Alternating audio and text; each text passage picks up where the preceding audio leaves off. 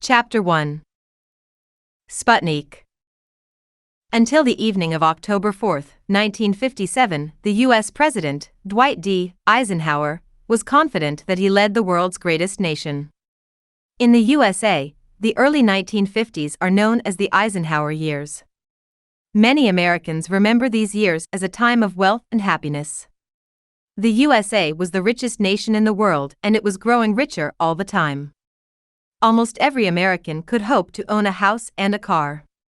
As a general, Eisenhower had led U.S. armed forces to victory in the Second World War and, until that evening in 1957, it seemed that no other nation could threaten the USA. But then some news arrived that shook America's belief in itself. The Russians are in space. The Russians are in space. Until this moment, Americans believed that their nation was the most powerful on Earth. But now the Soviet Union has gone beyond the Earth. Millions of radios all over the world could hear a new broadcast, beep, beep, beep. This electronic noise was the sound of the satellite Sputnik 1, the first object placed in space by humans. It was a Russian achievement and it shocked Americans. This was the tune of the Cold War. The Soviet Union was America's great enemy, and soldiers from both sides stood ready to fight in almost every part of the world. The risk of real fighting, a hot war, was always present. But the Cold War was not just about armies and weapons. It was also a war of technology and ideas. Each side presented its successes in science and technology as proof that its political system was better. So, when the Soviet Union sent its little silver satellite up into the cold night sky of the Kazakh Republic, it was more than just an interesting scientific test. It was an act that showed the world that the Soviet Union was winning the war of ideas. Sputnik measured just 58 centimeters across. But every 96 minutes it crossed the skies of the USA like a new moon, a Russian moon. Americans were worried. If the Russians could put a satellite into space, what else could they do? Soon they might send platforms into space as well, and drop bombs from them right into the heart of the nation. Newspapers were soon filled with wild stories about the new dangers in space. Many Americans believed them. What are we going to do about this? President Eisenhower asked his Secretary of Defense, Neil McElroy. There's no real reason to worry, McElroy replied. Sputnik is not a danger for us. Our scientists are better than their scientists. I know that, said the president. That's not what I'm worried about. My problem is that I don't like surprises. I don't want to be surprised like this again. The nation doesn't want to be surprised like this again. In future we will make sure that we are ahead of the Russians in all important technologies. What are you suggesting, Mr. President? We need a new department of government to direct our high technology work. I want to be able to say to the American people, don't worry. The best scientists in the world are working for the US government and they're keeping us ahead of the Russians. And I want to stop the armed forces competing with each other the way they do now. It's a waste of money and talent. I want a single organization to control all our high technology efforts. Yes, sir, Mr. President, said McElroy. The Secretary of Defense did not know it, but as he turned and walked out of the famous Oval Office, he was taking the first steps on a road that led to the most important invention of the late 20th century, the Internet. Chapter 2. The First Computer Network. On January 7, 1958, President Eisenhower announced a new organization called ARPA that would control all of the government's high technology work. Soon, ARPA was spending millions of dollars on research into new science and technology. In lonely laboratories deep in the deserts and mountains of the USA, brilliant men and women explored extraordinary new ideas. Scientists built bombs that could spread terrible diseases. Engineers made plans for wars in space. Psychologists tried to train people to communicate through the power of thought alone. ARPA's earliest projects were aimed at winning the space race that Sputnik had started. But these projects were soon placed under the control of a new organization, NASA. NASA captured America's imagination all through the 1960s, especially after President Kennedy announced his plan to land a man on the moon. While NASA filled the news, ARPA was working quietly in an ARPA that would eventually prove far more important than space travel, computing. In 1966, the man in charge of ARPA's computer projects was Bob Taylor. He began his career as a scientist working on brain research. But he was also interested in computing, even before. Computer science existed as a separate ARPA of study. Computers were still a very new technology at this time. They were less common than Rolls-Royce cars and more expensive. In the 1960s, a computer with the power of the machines that sit on desks today cost millions of dollars and was the size of an apartment. Most of these machines were owned by universities, the government, or large companies. They were mainly used for mathematics. But even at this time, Bob Taylor realized that computers were not just machines that could calculate. They were machines that could communicate as well. ARPA was paying for computer projects at universities all over the USA. But Bob Taylor was not happy with the results. He went to see his boss, Charlie Hertzfeld. "Charlie, we've got a problem," he said. "What's that?" Hertzfeld asked. "We're throwing money away," said Taylor. "We're paying different people all over the USA to do exactly the same work." "What's wrong with them?" shouted Hertzfeld, who had a strong Austrian accent and frightened many of the people who worked for him. "Haven't they heard of the telephone? Don't they go to conferences? We pay for them to go to conferences. Why don't they just tell each other what they're doing?" "No, Charlie, that's not the problem," explained Taylor. "Of course our people talk to each other. The trouble is that their computers don't." "Their computers don't talk? What do you mean?" asked Hertzfeld. "Well, look at my office. I've got connections there to all of our biggest computers. But if I want to communicate with people at Santa Monica, I have to sit down at one machine. And if I want to talk to the computer at Berkeley, I have to get up from that machine and go over and sit at another one, using a completely different computer language. It's the same for all the other computers." "So what's the answer, then?" asked Hertzfeld. "I want to build a network of computers. I'd like to connect 4 of our biggest computers together. Then the scientists can share their research and we won't be paying for the same jobs again and again." Hertzfeld looked at Taylor for a moment. "Isn't that going to be difficult?" he asked. "Oh, no," said Taylor, sounding more confident than he felt. "We already know how to do it." Hertzfeld thought for a moment. "Great idea, Bob," he said. "Start working on it. I'll give you $1 million right now. Go." Taylor left Hertzfeld's office and went back to his own room. $1 million, he said to himself. And that only took 20 minutes. Why didn't I ask for more?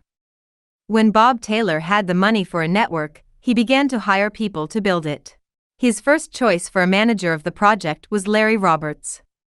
Roberts was perfect for the job because he was an expert in both computers and communications. He had just succeeded in linking 2 computers on opposite coasts of the USA.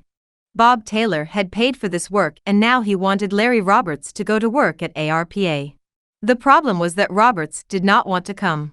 He was happy where he was Lincoln Laboratory at the Massachusetts Institute of Technology, MIT. Taylor went to see Charlie Hertzfeld again. "Isn't it true that ARPA is giving Lincoln at least 51% of its money?" "Yes, it is," said Hertzfeld. "Would you speak to Larry's boss and make sure he remembers who pays his wages?" So Charlie Hertzfeld called Roberts's boss at Lincoln. "We control more than half of your money," said Hertzfeld. "So it would be good for Larry Roberts and good for Lincoln Laboratory if Roberts came to ARPA. Why don't you send him down here as fast as you can?" The boss of Lincoln Laboratory quickly called Larry Roberts into his office. "It would probably be a good thing for all of us if you would take this job. They won't accept no for an answer." 2 weeks later Larry Roberts was at ARPA. Bob Taylor gave Larry Roberts the job of finding computers for the new network. ARPA wanted to use some of the computers that it paid for at universities around the USA. But the people who controlled these machines were not enthusiastic. "We've got our own work to do," they said. "Computer time is too valuable to waste on crazy ideas." Others were more worried about security. "The information on these computers is secret," they told Larry Roberts. "If my computer starts talking to your computer tomorrow, it'll be talking to the whole of the Soviet Union by the end of the week." None of the scientists seemed to trust anyone who was not at their own university. "I don't want any fools from University X to touch my $1 million computer," they said. But all of them seemed quite happy to think that they might get their hands on other people's computers. Larry Roberts went to Bob Taylor. Taylor simply used the same methods of persuasion that he had used to get Larry Roberts to ARPA. He phoned each of the universities and said, Who pays for your computer? You do, they replied. Then you're going to join this network, said Bob Taylor. So ARPA got the computers for its network, which Taylor had decided to call the ARPANET. But it was 1966 and no one in the world really knew how to build a network. Larry Roberts began to make plans. He had the money and he had permission to join together for big computers. But the really important questions about the design of the network had no answers yet. Bob Taylor held a conference for ARPA's computer researchers at Ann Arbor, Michigan, in early 1967. This was Larry Roberts' chance to describe his plans and hear the opinions of the best computer scientists in the USA. At first, they were not enthusiastic. Roberts said that he planned to join the computers together directly, with telephone lines. This meant that the host computers would do two jobs, the work they already did, and the extra work of controlling the new network. Most of the audience hated this idea. Our computers have too much work already. They can't do another job, they said. Anyway, this network won't work. Every computer in the system will need to understand how to talk to every other computer. There are just too many different types of computer and they all use different languages. This was a very good point, and Larry Roberts did not have an answer to it. Even if you could link two computers together on a phone line, it would be very hard for them to understand each other. It would be like French and Indian people trying to communicate in Swahili. Just before the meeting ended, someone handed a note to Larry Roberts. "You've got the network inside tint," it said. The note was written by Wes Clark. He was one of the least enthusiastic members of Larry Roberts' audience. He was bored by the meeting and he had already told Roberts that he did not want to be part of the network. He was working on computers for individual users and he did not want to share them. Maybe this was why he saw a way to build a network that did not force the host computers to do more work. After the conference was over, Larry Roberts found Wes Clark and asked him, "What did you mean when you said you've got the network inside out?" "I've got a plane to catch," said Clark. "Can we talk in the taxi?" So Wes Clark and Larry Roberts continued their discussion on the way to the airport. Clark described his idea. "Forget about sending a message from one computer to another directly. It'll never work. The host computers have got enough to do already. Right?" "Well, yes," Roberts agreed. "But we need them to do this networking for us. It will help everyone in the end." Yes, I know all that," said Clark. "But you don't need to make them do the extra work of translating between all the different computer languages as well." "But how can we avoid it?" Roberts asked. "Why don't you design a system that uses other computers as translators? Then messages will always go through one of these translators before they go on to their destination." "How would that work?" "You can leave the hosts as they are if you put a smaller computer between each of them and the phone lines. The small computers will all speak the same language. But each small computer only needs to learn just one new language to speak to its host computer. And the little computers will run the network. They'll do all the work of checking the messages and sending them on, not the hosts. Leave the hosts as they are, build an inner network of small computers, and everything will be fine. It's obvious." "That's brilliant," said Larry Roberts. He climbed out of the taxi with the seed of a new plan for the network growing in his mind. Wes Clark's idea solved several problems. Obviously, it meant less work for the host computers and for the people who controlled them. It also meant that each host computer would only have to learn one new language to speak to the smaller computers. And it gave ARPA better control of the whole network. When Larry Roberts got back to Washington, he wrote a new plan for the ARPANET, including Wes Clark's ideas. He called the new, smaller computers IMPs. These IMPs would be the interface between the different host computers. In other words, they would allow two systems to meet and talk to each other. The design of the ARPANET was becoming clearer. But Larry Roberts still didn't know exactly how the IMPs should speak to each other. Roberts explained his latest ideas at another conference. This meeting was held at Catlinburg, Tennessee, at the end of 1967. Roberts talked about the ARPANET, the host computers, and the inner network of IMPs that would help the hosts to communicate. But he did not say much about how this communication would work. That was still not clear. At the same meeting there was another talk by Roger Scantlebury, from the National Physical Laboratory in England. He spoke about how to build a packet-switched network. To Larry Roberts, packet switching sounded perfect to the ARPANET. Packet switching is a very efficient way to send data electronically. Each message is broken down into pieces or packets. The packets are then sent out into the communications network. There is no need for the packets to travel together or in any particular order. Each packet is free to find the best route to its destination. When all the packets have arrived, they are put back together again to form the original message. There is nearly always more than one route to any destination through a network. If there are 10 routes from A to B, it will be quicker to break a message into 10 parts and send them all at the same time than to send the whole message along a single path. Packet switching also takes advantage of the fact that the data used by nearly all computers is digital. This means that the original information, sounds or pictures, for example, is translated into a system of numbers. Digital information is very easy to copy. It can easily be broken down into packets and put back together again without losing any data. Vint Cerf is an engineer who has written some of the most important software for today's internet. He said that digital packets are just like postcards. The best way to describe packet switching technology is to remind you that packets are just like postcards. They've got to and from addresses on them, and they've got a limited amount of content. And, like a postcard, you put them in the post box. If you put 2 in, you do not know what order they're going to come out in. They might not even come out on the same day. They do not necessarily follow the same paths to get to the destination. The only difference is that an electronic packet goes about 100 million times faster than a postcard. Now Larry Roberts had plans for the hardware and the software of the ARPANET. The next question was, who could build it? This was exactly what Larry Roberts asked Wes Clark when Clark gave him the idea for a network of IMPs.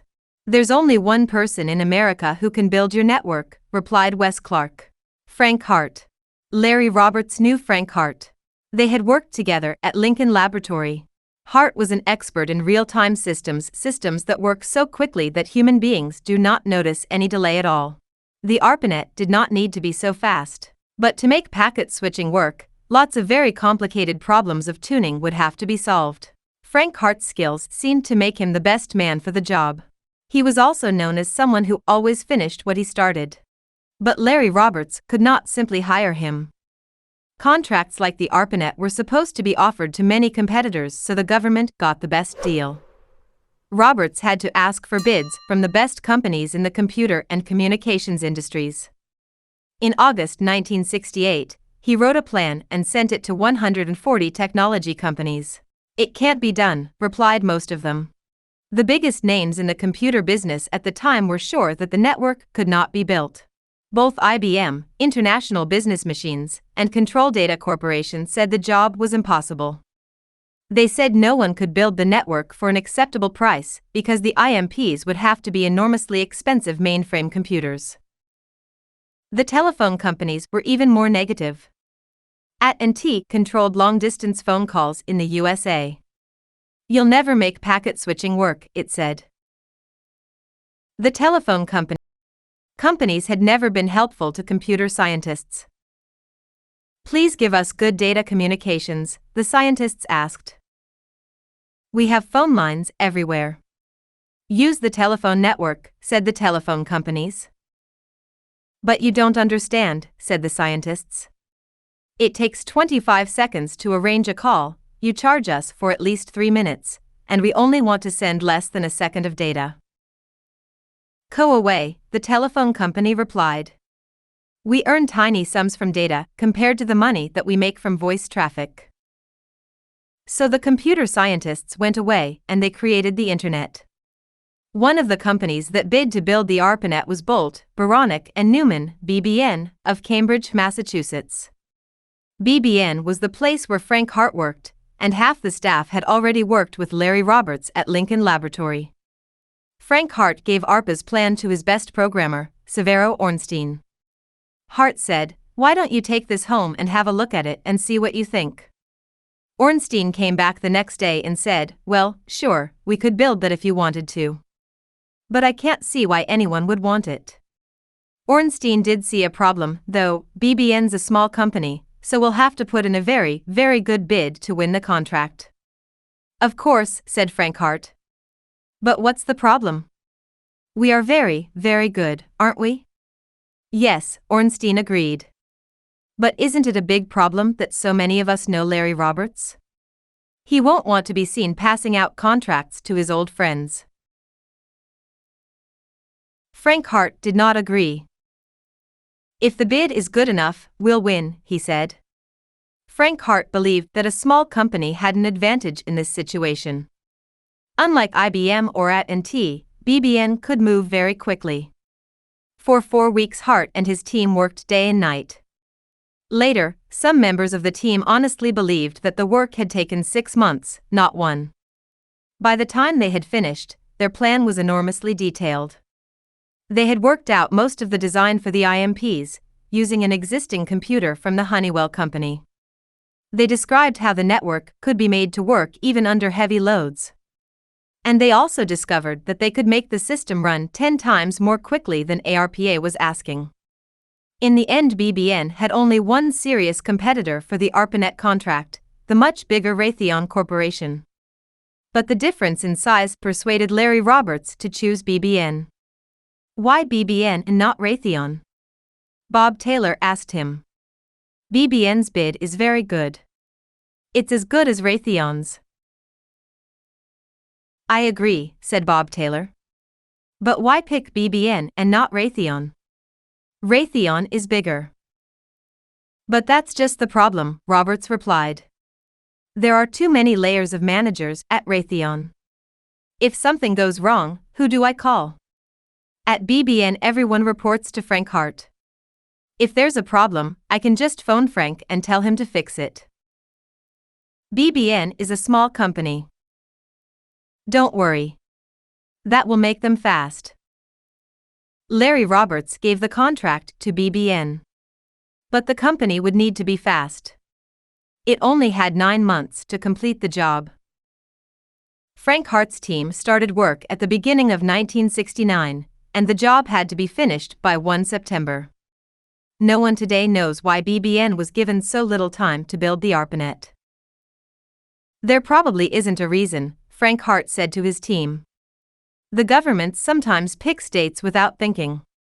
This one is probably an artificial date picked by the government and picked by Larry Roberts. I don't know why they chose it. I can't see any reason why it has to be that particular day. But that's what it is. That is in the contract, and so that's what we've got to do. They had several big jobs to do. The team had to make packet switching work in the real world. They had to turn an ordinary computer into an IMP. They had to write software to control the IMPs. And they had to work with the 4 host sites to make sure that the IMPs could communicate with their mainframes.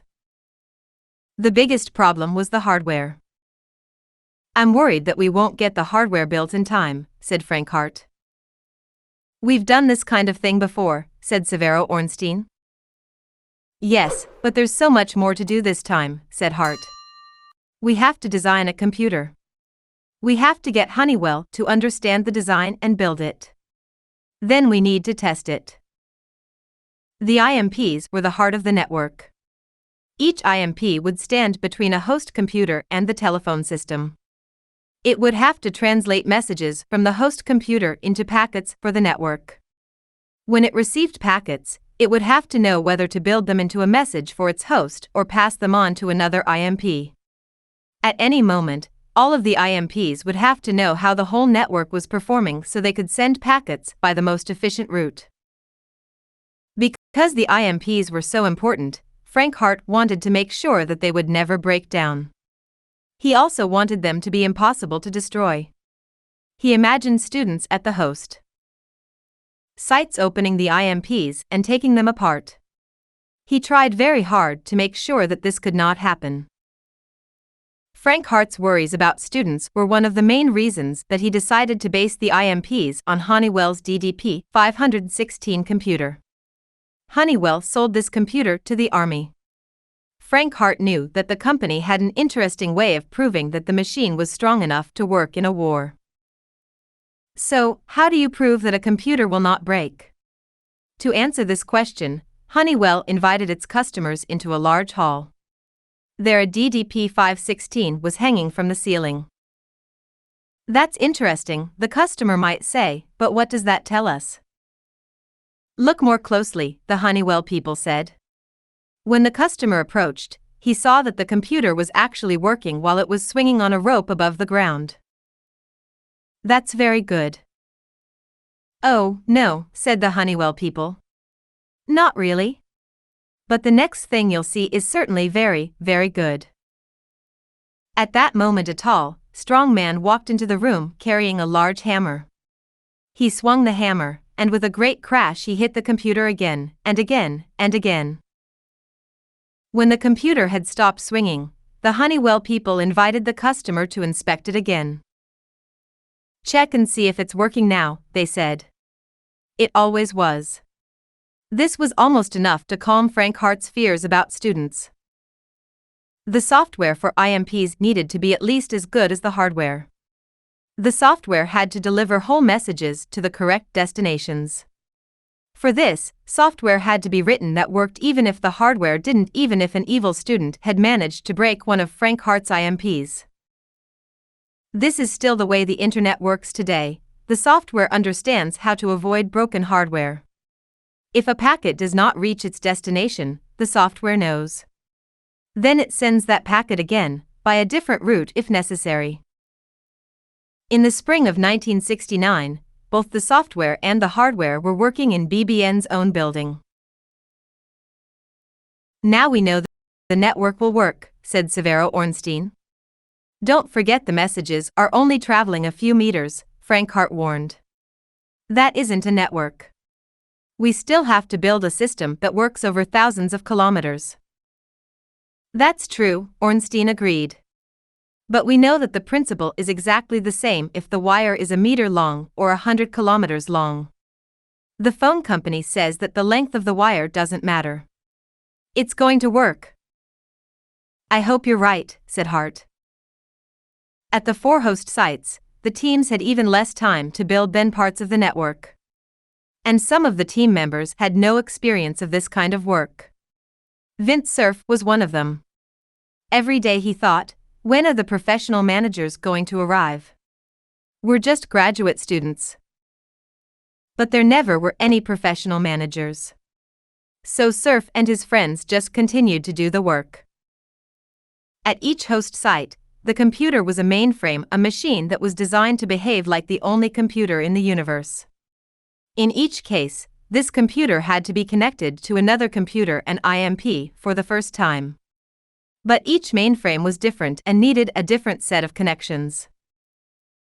The question is, exactly how do they connect, said Frank Hart. How do they connect electrically? How do they connect logically? How does the software connect? These are very difficult questions. And they have to be solved very, very, very quickly. Because we at BBN have to build special hardware into the Honeywell machine at our end of the connection, and all the host sites have to build special hardware for their mainframe computers and write special software to match our connection. ARPA was very clear about the network it wanted, one host computer connected to one IMP. But the host sites all had more than one big computer. Soon they were calling Frank Hart. Wait, they said. We've got more than one computer. We want to connect 2 or 3 computers to your IMP, please. Hart was surprised. Why are you suddenly so keen on the network, he asked. Only a few months ago, you were all saying leave us alone. Well, yes, that's true, said the people at the host sites. But now we can see how useful the network will be. To share data with other sites? Not really. What then? Frank Hart wanted to know. Well, even here, just at this university, the computers can't talk to each other, said the host sites. They're all made by different companies and they all use different software. But your IMP is designed to connect different machines together. If you let us connect all our computers to the IMP, then we'll be able to share data here much more easily. So, you want me to build you a local network? Yes, please. On July 16, 1969, Neil Armstrong became the first man to walk on the moon. But at BBN there was not much time to watch the historic television broadcast. It was just 6 weeks before the first IMP was due to be delivered to the University of California at Los Angeles, UCLA. BBN heard that UCLA was not ready. UCLA believed that BBN was going to be late.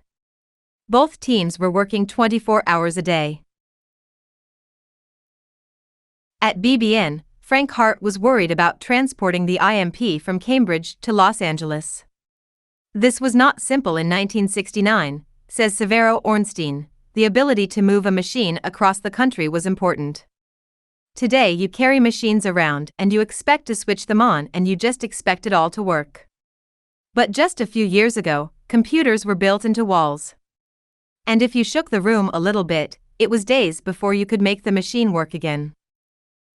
Frank Hart decided that the IMP should go to Los Angeles by air.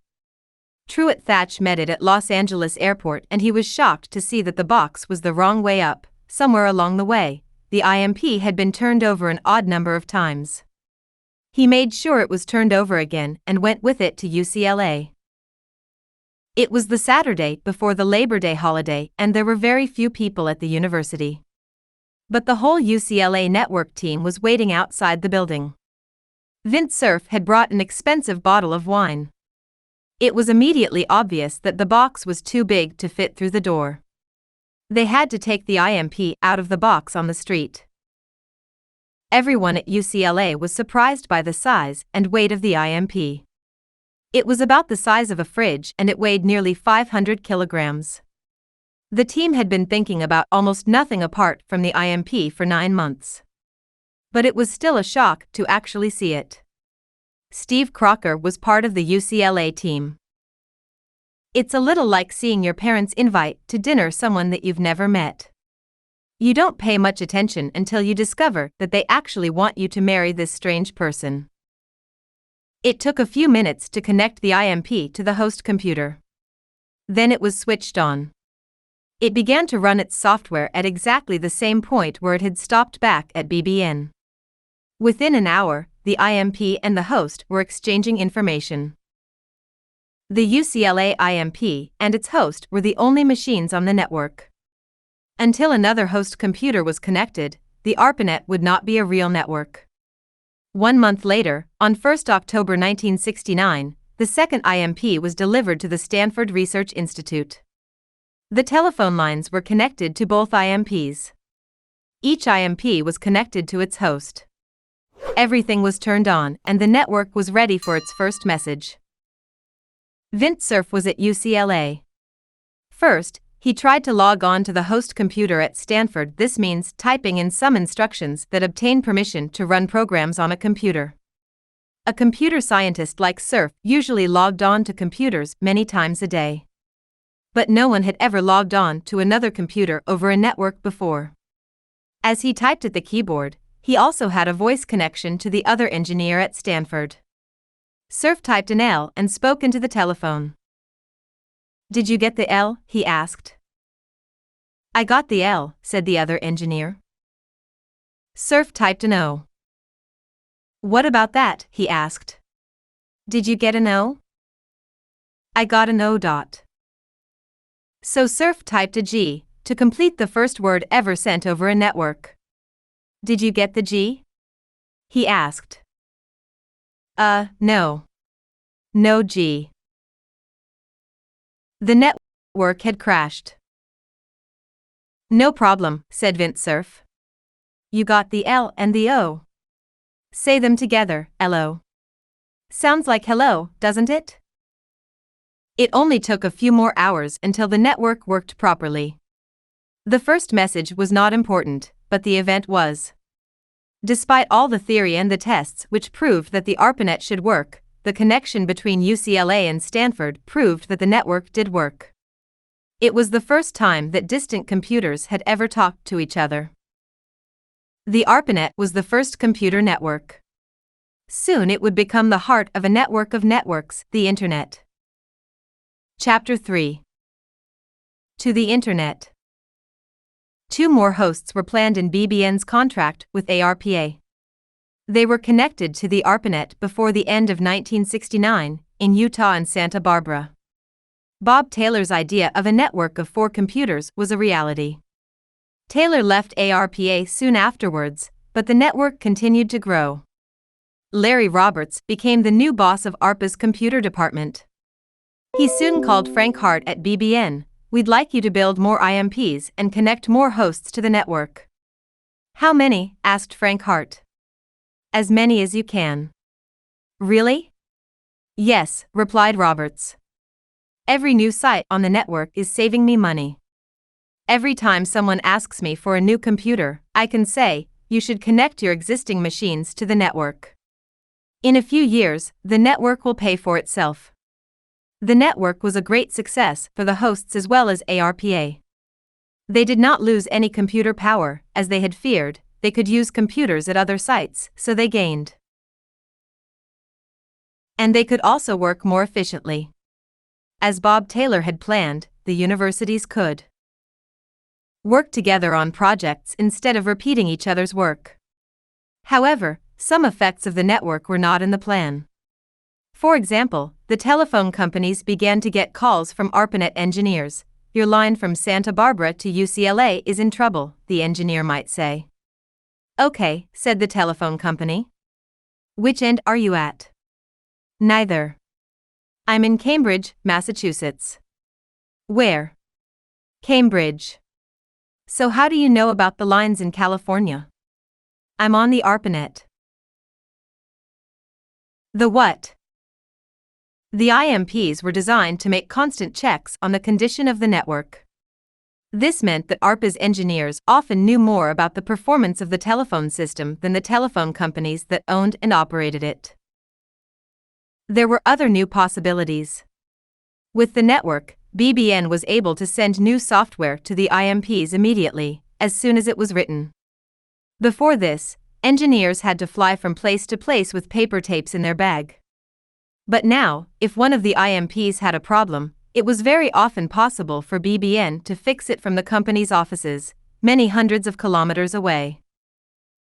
But the biggest surprise was that the network was soon being used mostly for something that was never part of Bob Taylor's planned chat. Technically, the network worked exactly as it was designed to. Yet by 1973, 3/4 of all traffic on the ARPANET was nothing to do with sharing data or programs or logging on to distant computers. It was electronic mail email. Ray Tomlinson was the first person to send email on the ARPANET. He was an engineer at BBN, and in 1972 he invented a simple program for sending files between computers. The big mainframe computers at the universities already had mailboxes for all the different people who used the machines. People could send messages to other people who used the same computer. But there was no email between different computers. Tomlinson's program changed this. The software opened a connection, sent a file to another computer, and then sent a message back to say that the file had arrived safely at its destination. Since the mailboxes in computers are really just files, the next step was simple. Tomlinson changed his program so that it carried a mail message from one computer and added it to a mailbox file of another machine. Since everyone on the ARPANET already had mailboxes in their host machines, it was easy to begin sending mail to other hosts. But the speed with which email spread was surprising. Almost as soon as it was introduced, it took over the network. Even today, there are more individual email messages sent over the internet than data of any other kind. Ray Tomlinson has left his mark on every single one of the billions of emails that have been sent since 1972. He was the person who chose the @ sign, which means at in email addresses. Why at? Well, at that time no one had an sign in their name, says Tomlinson. I'm not sure that that is still true, because there are a lot of strangely spelled names out there now. By 1972, the ARPANET included dozens of sites. But hardly anyone knew about the network. Larry Roberts decided that this must change. He asked Bob Kahn at BBN to organize a public show. Kahn picked the International Conference on Computer Communication as the place to show the network to the world. The conference was held at the Hilton Hotel in Washington at the end of October. Larry Roberts contacted all of the people around the USA who were now using his system. Many of them agreed to take part in the show. It was a real test of the network. In one example, a computer in Washington contacted another machine right across the country at UCLA and told it to run a program. When it had finished, this program then called Washington with the results and printed them out on a printer that sat on a table right next to the first computer. There were also programs that allowed people to play games over thousands of kilometers. And a group from MIT brought a clever machine that was like a mechanical spider. This machine could be controlled over the network and guided through a room full of furniture, although its owners were many kilometers away. But not everything went smoothly. The team with the printer could not make it work, although the network said that all the data was moving between the sites just as it was supposed to. Then someone looked around and noticed that the mechanical spider was jumping about in a mad dance. The UCLA computer had been connected to the spider by mistake. The dance was the data that was intended toward the printer.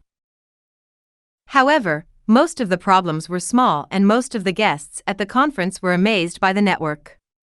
After this, the ARPANET began to grow even more rapidly. But now it was not the world's only network of computers. After the ARPANET had shown that a computer network could be built and that it could be useful, other networks began to appear. Universities, government departments, and other organizations saw that networking could multiply the power of their computers and the power of the people who used them. But these new networks created their own rules. A system that was best for the ARPANET did not necessarily suit other organizations with different needs, different styles of work, and different hardware. So, once again, there were many different computer systems that could not talk to each other. Now, just a few years after the ARPANET was invented, the appearance of new networks had once again created the problem that had caused Bob Taylor to imagine the world's first computer network. By this time, Bob Kahn was in charge of the ARPANET project. He was very familiar with the new problem because he had worked on some of the newer networks. They were all designed to deal with different circumstances. For example, the Aloha Net network in Hawaii used radio waves to deal with the problem of communicating over mountains and between different islands. The network in the San Francisco area was not even fixed, it was on lorries which moved around from place to place. The Atlantic Packet Satellite Network used another system, sending messages up to satellites in space to communicate across half the world. On one of his visits to San Francisco, Bob Kahn went to see Vint Cerf, who was now at Stanford. "I need to find a way to connect these new networks," said Kahn. "They're not like the ARPANET. They all use their own software and hardware. It's a mess. They're not going to change over to the ARPANET system now," said Cerf. "They've spent too much money. And the systems work. I know, but I still need a way to join them together. It's worse than before the ARPANET, at least then we didn't know what a network could do." "So what do you want to do?" Cerf asked. "I don't know. How do we make a network of networks?" The IMPs were the answer for ARPANET. "But they were built to link together different computers, not different networks," said Bob Kahn. "All these new networks have got their own IMPs, completely different to ours." "I know. But couldn't you still put something like an IMP between the different networks?" "What do you mean?" "Well, you need a kind of gate to each network," said Cerf. "The networks would still be under the control of their own IMPs. But the gate would tell each network how to communicate with the others. So the gate is like an IMP, a box that stands between the different systems?" "Yes," said Cerf. "But instead of translating between different computer systems, the gate will translate between different networks and reduce the number of differences between them. Will you work with me on it?" Vint Cerf agreed to work with Bob Kahn, and they began to write software that allowed different networks to communicate. In the set of rules that they invented in 1973, they used the word Internet for the first time. It meant a network of networks. The software wrapped the messages from each different network inside Internet envelopes. Then the messages could leave their home network and travel from one gate to another. There they were taken from the envelopes and sent into the second network. The risk of losing messages between different networks is much higher than the risk of losing them between different computers. But Cerf and Kahn's rules are still the glue that holds the internet together today, more than a quarter of a century after they wrote them. Bob Kahn and Vint Cerf thought that demand for the internet would grow. But they never imagined the size of the growth. The late 1970s and 1980s saw an explosion in the use of computers and networks. The fuel for this explosion was the arrival of the personal computer. Chapter 4. The Personal Computer. One night in January 1975, Bill Gates was playing cards with some friends at Harvard University. He was 19 years old and he was studying law, but his first love was computers. Suddenly his friend Paul Allen rushed into the room carrying a magazine. "Bill, come on, you've got to see this."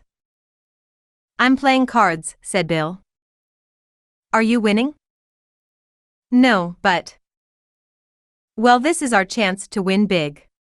"It's what we've been waiting for," said Paul. Bill left his game and looked at the magazine that Paul had brought. On the magazine's cover was a picture of a new computer called the Altair.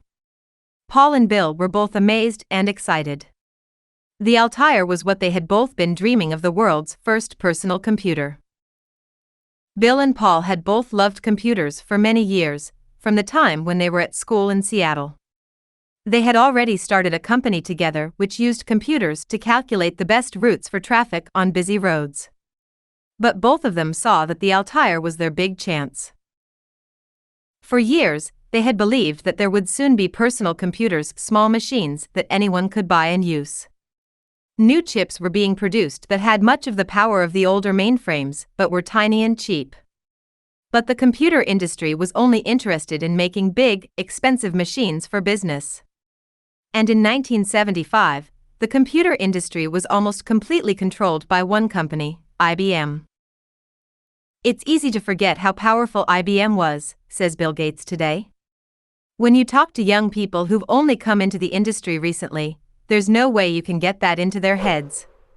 In 1975, IBM was the computer industry. It was the biggest company in the business, and it was bigger, richer, and much more powerful than all other computer companies together. If IBM saw no future for personal computers, how could Altair succeed? But Bill Gates and Paul Allen believed there could be an enormous market for machines like the Altair, a market of people just like them. They were people who loved computers and who would give anything to have their own machine. "Wow," said Bill Gates as he read about the Altair. "We knew that someone was going to do something with these new chips. But it's hard to believe it's actually happened. We've got to do something about it. They're going to need software, right?" "Right. Well, let's get them on the phone and tell them what we can do." "Okay," said Paul. "I'll make the call." The company that was making the Altair was called MITS, in Albuquerque, New Mexico, nearly 3,220 kilometers away from Harvard. The company was owned by a man named Ed Roberts. Paul phoned Ed. "We've got a really good program and it's just for your machine," he said. "It's nearly finished and we'd like to come and show it to you." "Fine," said Ed Roberts. "I'll meet you at the airport." However, Bill and Paul had a big problem. They had not actually written the program that they had promised. So they sat down and worked as hard as they could. After several days and nights at their desks, they had nearly finished a program that would allow the basic computer language to be used on the Altair computer. But the day before the trip to Albuquerque, Paul said, "There's still a problem, Bill." "What?" "Everything looks fine to me." "No, not a problem with the program. We haven't got enough cash to fly all the way to New Mexico." "How much have we not?" "Just enough for one ticket." "Well, why don't you get some sleep?" said Bill. "I'll stay up and finish the program and you can fly down and show it to Ed Roberts." So Paul Allen flew down alone. When Ed Roberts met him at the airport in Albuquerque, Paul was surprised. He expected the boss of a new technology company to look rich and powerful. But Ed seemed like Paul himself, but older. He was an engineer dressed in jeans who drove an old van. And Mitz's factory and office was a very ordinary building in a cheap ARPA of the town. It looked like any small engineering factory on the edge of a city. But it was the birthplace of the personal computer, the machine that would change the world more than anything since the invention of the motor car. Ed Roberts did not really want to be the father of the personal computer. He wanted to be a doctor. But he had always loved engineering and he read all the books he could find about making your own machines. After a period in the Air Force, engineering seemed the best way to make a living. But by 1975, Ed Roberts owed almost $400,000 and MITS was close to going out of business. The company sold equipment to people whose hobby was electronics. With parts from MITS, these people could build their own electronic calculator for less than $100. At this time, a similar machine cost 4 times as much in a shop. But other, bigger companies quickly entered the market, charging even lower prices than MITS. Soon Ed Roberts needed $65,000 just to stay in business. But he had an idea for a new product. He explained it on a cassette tape that he sent to his friend Eddie Curry. Ed and Eddie exchanged cassette tapes because they were speaking so often on the telephone that they could not afford the bills. One day Eddie received a tape on which Ed sounded even more excited than usual. "I'm going to build a computer," he said. "Something anyone can buy. And there are people out there who will buy it. People like us, who want a computer more than anything else. All the computers in the world seem to be locked up in enormous organizations, guarded by priests in white coats. I can end all that. Everyone can have their own machine. They can do anything they want with it. It'll be wonderful. I'll make it so cheap that no one can afford not to buy it." Eddie Curry thought that this was just another of Ed's crazy ideas. A complete computer? Only IBM did that. In fact, Ed Roberts had no idea how difficult the project was going to be. But he did have a brilliant starting point: the new 8080 chip from Intel. The chip was as powerful as the mainframes from a few years ago. And if he could only buy the chip cheaply enough, he was sure his plan would work. He phoned Intel. "How much do you want for the 8080? They're worth $350 each." "That's too much," said Ed, "but I need a lot of chips." "What would the price be for a big order?" "Well, how many chips do you need?" Eventually Ed Roberts got the price down to $75 per chip. But only if he bought a very large quantity of chips. Of course, this meant that he could only save his business if he sold lots of the computers that he was going to build with the chip. And he needed more money before he could start. Ed went to his bank for a meeting late one night. He explained his plan to build and sell a personal computer. Finally he said, "The question is, do I close down MITS or do you lend me $65,000?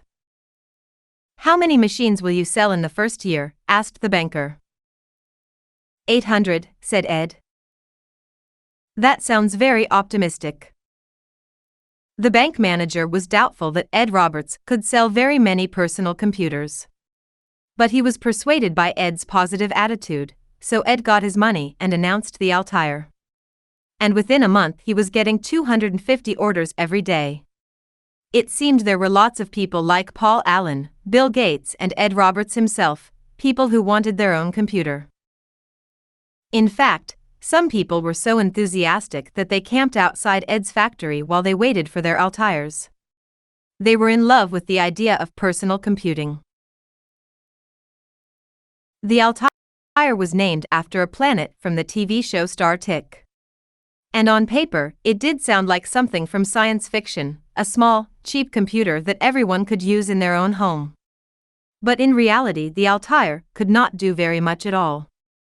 It was not much like today's personal computers, PCs. There was no keyboard, no screen, and no printer. Programs were loaded bit by moving switches on the front of the machine. The results were shown by little lights that could be turned on and off. The memory was tiny. And there was no software at all. This was the perfect opportunity for Bill Gates and Paul Allen. To be useful, the Altair needed a programming language. Then users could write their own programs more easily. Bill Gates and Paul Allen told Ed Roberts that they could sell him one. In reality, the program largely existed in Bill and Paul's head. Even after they had written the software, they did not have a chance to run it on a computer before Paul went to New Mexico. When Paul arrived at MITS and met Ed Roberts for the first time, he was nervous. "I hope this works," he said. "So do I," said Ed. In fact, Paul thought that probably the program would not work. And he became even more nervous as all of the people at MITS gathered around him. He loaded the software on to the Altair, one instruction at a time. Every mistake meant that he had to start again. Finally, all of the instructions were loaded into the tiny computer's memory. Paul pressed the last switch and held his breath. It worked. Paul could hardly believe it. The program ran, and it could do some things that no one had ever seen on an Altair before. "You're hired. Finish the program and we'll sell it," said Ed Roberts. If the program had not worked, there might not be a Microsoft today. But Paul phoned Bill Gates in Harvard and told him, "Come on down. We've got a job." Bill came to New Mexico and he and Paul lived across the street from MITS. Their apartment became very crowded because they hired some of their school friends to help them to finish the program. They all lived together with loud music playing most of the time. It was great fun, but Paul soon became worried that they would never finish the program. Bill always seemed to delay doing any work on the software. "Don't worry," said Bill. "I know how to write it. I have a design in my head. I'll get it done, don't worry about it, Paul." But Paul was worried because he knew Bill was due to go back to Harvard soon. Bill was still a student and the university had strict rules. Then, for days before Bill had to leave, he moved to a hotel. No one saw him for the next 3 days. Then he returned with an enormous sheet of paper. "Here," said Bill to Paul, handing him the sheet. "What's this?" Paul asked. "It's the program." "The whole program?" "Yes." "You've written the whole thing in 3 days?" "Yes. And now I'm going back to school." It was one of the most amazing efforts of programming that Paul had ever seen. The basic program for the Altair was an enormous success, but not in a way that made Bill Gates and Paul Allen happy. Before it went on sale, it was copied by many Altair users, who then passed it on to their friends. There was no tradition of paying for software among computer engineers. Most of them did not think it was wrong to copy a good program. But to Bill and Paul, this copying was theft. Bill wrote a letter to a computer newspaper, complaining about the copies. The letter soon became famous and it caused a lot of anger among Altair users. It did not make many of them change their minds about copying software. But the letter did succeed in advertising the fact that Bill Gates and Paul Allen had written the best-known program for the new Altair. More work was sure to follow. Bill soon left Harvard and Paul left his job as an engineer at Honeywell. They saw that even small computers, microcomputers, would need software. So they called themselves Microsoft. Their company would one day be more powerful than IBM. This was the beginning of a new industry. The Altair created great excitement among all the people like Ed Roberts who really wanted their own computer. But most of these people were already skilled engineers. Before computers could become truly popular, like cars or televisions, they also had to become something that anyone could use. This next step was achieved by Apple Computer. Apple Computer was the big success story of the computer industry in the 1970s. It took a product that was ugly, unfriendly, and difficult to use and turned it into something that could be found beside televisions and radios in ordinary U.S. homes. But this was never the intention of Steve Wozniak, who designed the first Apple computer. Computers were his hobby. Just like Bill Gates and Paul Allen, Steve fell in love with computers at school.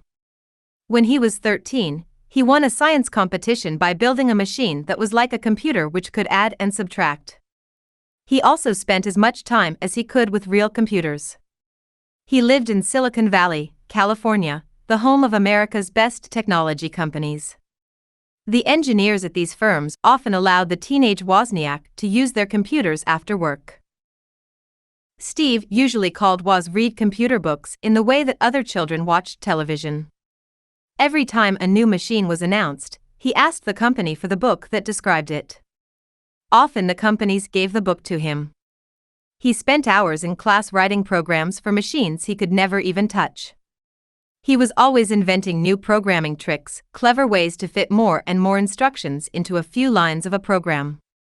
He liked his programs to be as small and powerful as possible. Woz went to work for the Hewlett-Packard Computer Company, where he was very happy for a while. He also did some work for the video game company Atari, where his school friend, Steve Jobs, also worked. One evening, Woz was able to feed himself and a friend on free pizzas. He won them with high scores on a video game that he had designed himself. When the Altair appeared, Woz was just as excited as Bill Gates and Paul Allen. Although the Altair was much less powerful than the computers he worked with at Hewlett-Packard, he realized that this was the way to build his own computer. Woz had always carried around designs for computers in his head. But when he saw the Altair, he realized that his own personal computer did not need to be a big, expensive machine. The Altair proved that a real computer could be made from cheap, simple parts. Woz joined the Homebrew Computer Club. People met there to discuss the Altair and to show each other their programs and their designs for new machines. Woz made many friends at Homebrew. The atmosphere was enthusiastic and helpful. When Woz said that his bosses at Hewlett-Packard would not give him any chips, one of his friends brought a box of parts for him to the next Homebrew meeting. Woz began to design his own computer. He took many ideas from the Homebrew Club. All of the members of the club were very generous with information. Woz gradually built his computer, including all of the features that he learned about at the meetings. But the design was special. Where other people used 2 chips, Woz used just 1. Every part of his design was as efficient as possible. All the time I try to do designs that use fewer parts than anyone else, says Woz today. That's my puzzle. I always think, how can I do this faster or smaller or more cleverly? If a good answer to a problem uses 6 instructions, I try to do it using 5 or 3 or 2. I do tricky things that aren't normal. Every problem has a better solution when you start thinking of it differently. In the end, Woz had a computer that was as powerful as an Altair but used fewer parts. His friend Steve Jobs was very excited about it. Jobs was not as good an engineer as almost no one was, but he was a brilliant communicator. He was always full of energy and ideas. He decided that Woz's machine was going to change the world. Steve Jobs thought that he and Woz should start a business to sell the machine. At first Woz was not interested. The computer was a hobby, not work, to him. But Steve Jobs would not give up and eventually Woz agreed. He sold his calculator and Steve Jobs sold his Volkswagen bus. They used the money to start Apple Computer. Jobs chose this name because he had once had a job picking apples. The company's first factory was Steve Jobs' parents' garage. While Woz continued to improve his design for the computer, Steve Jobs began to design a company. He saw from the start that computers could become part of ordinary life. But the company that achieved this would need to be a real company, with professional managers and financial support. In fact, Steve Jobs was clever enough to see that he was not the right person to run a big computer firm. He had long hair and often did not wear shoes, so he was not likely to win the trust of banks and businessmen. But he persuaded experienced managers to join Apple. Soon the company, which had not actually sold anything yet, had a professional team of managers. It also succeeded in borrowing money to begin making computers. In January 1977, Apple moved to a small building in Cupertino, California. Was worked on his new design, called the Apple II, while Steve Jobs organized every detail of the company. Apple employed fewer than 10 people, and some of them were still in school. But Jobs was so enthusiastic that everyone believed that this tiny company would change the world. "We're going to do it," Jobs would say. "We're going to build the best company in the world and make the best product that has ever been made."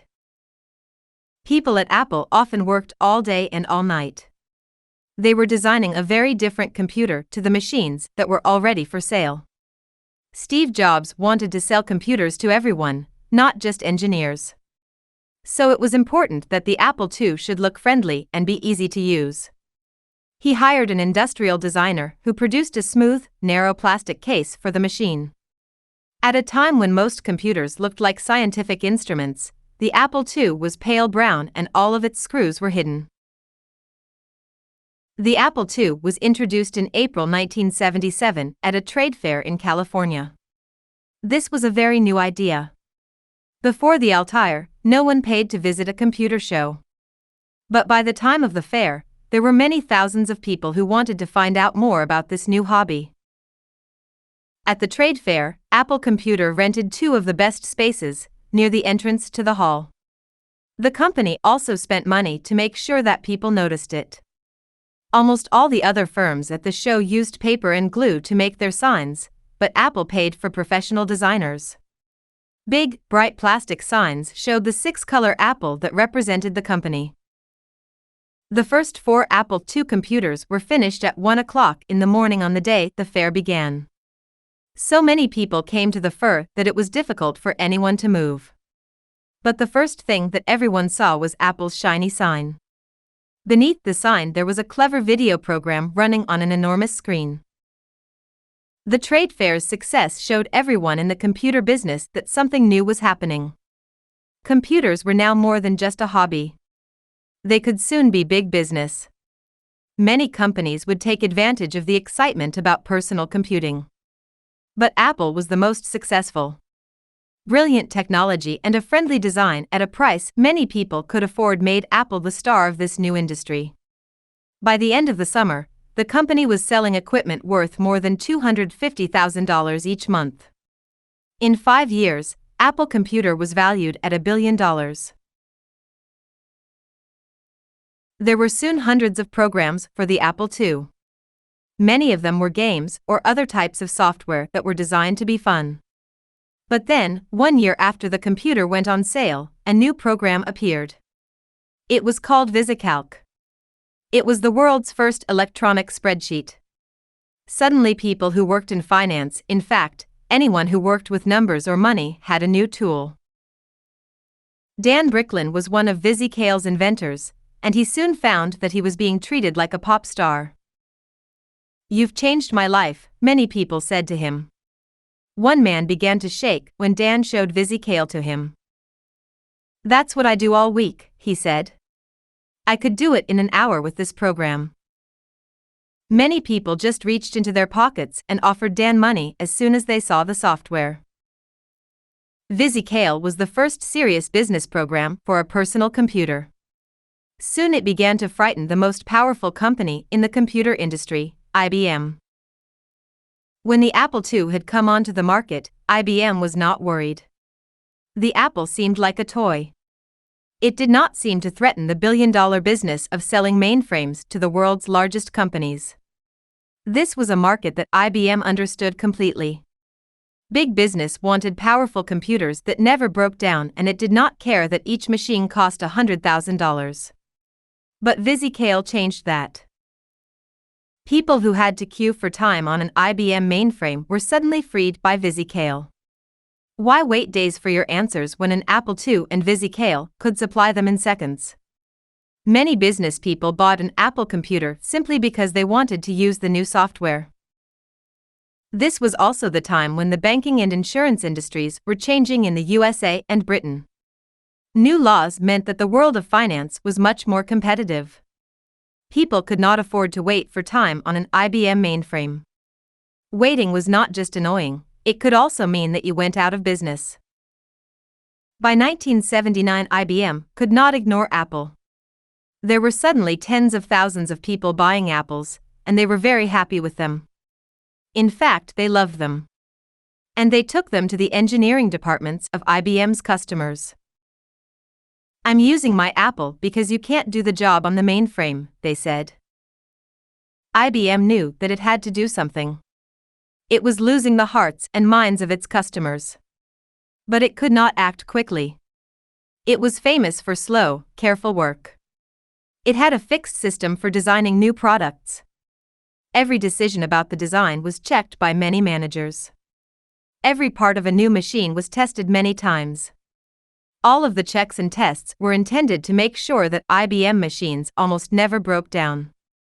But someone once calculated that it would take IBM 9 months to produce an empty box. Bill Lowe ran a small IBM research laboratory in Boca Raton, Florida.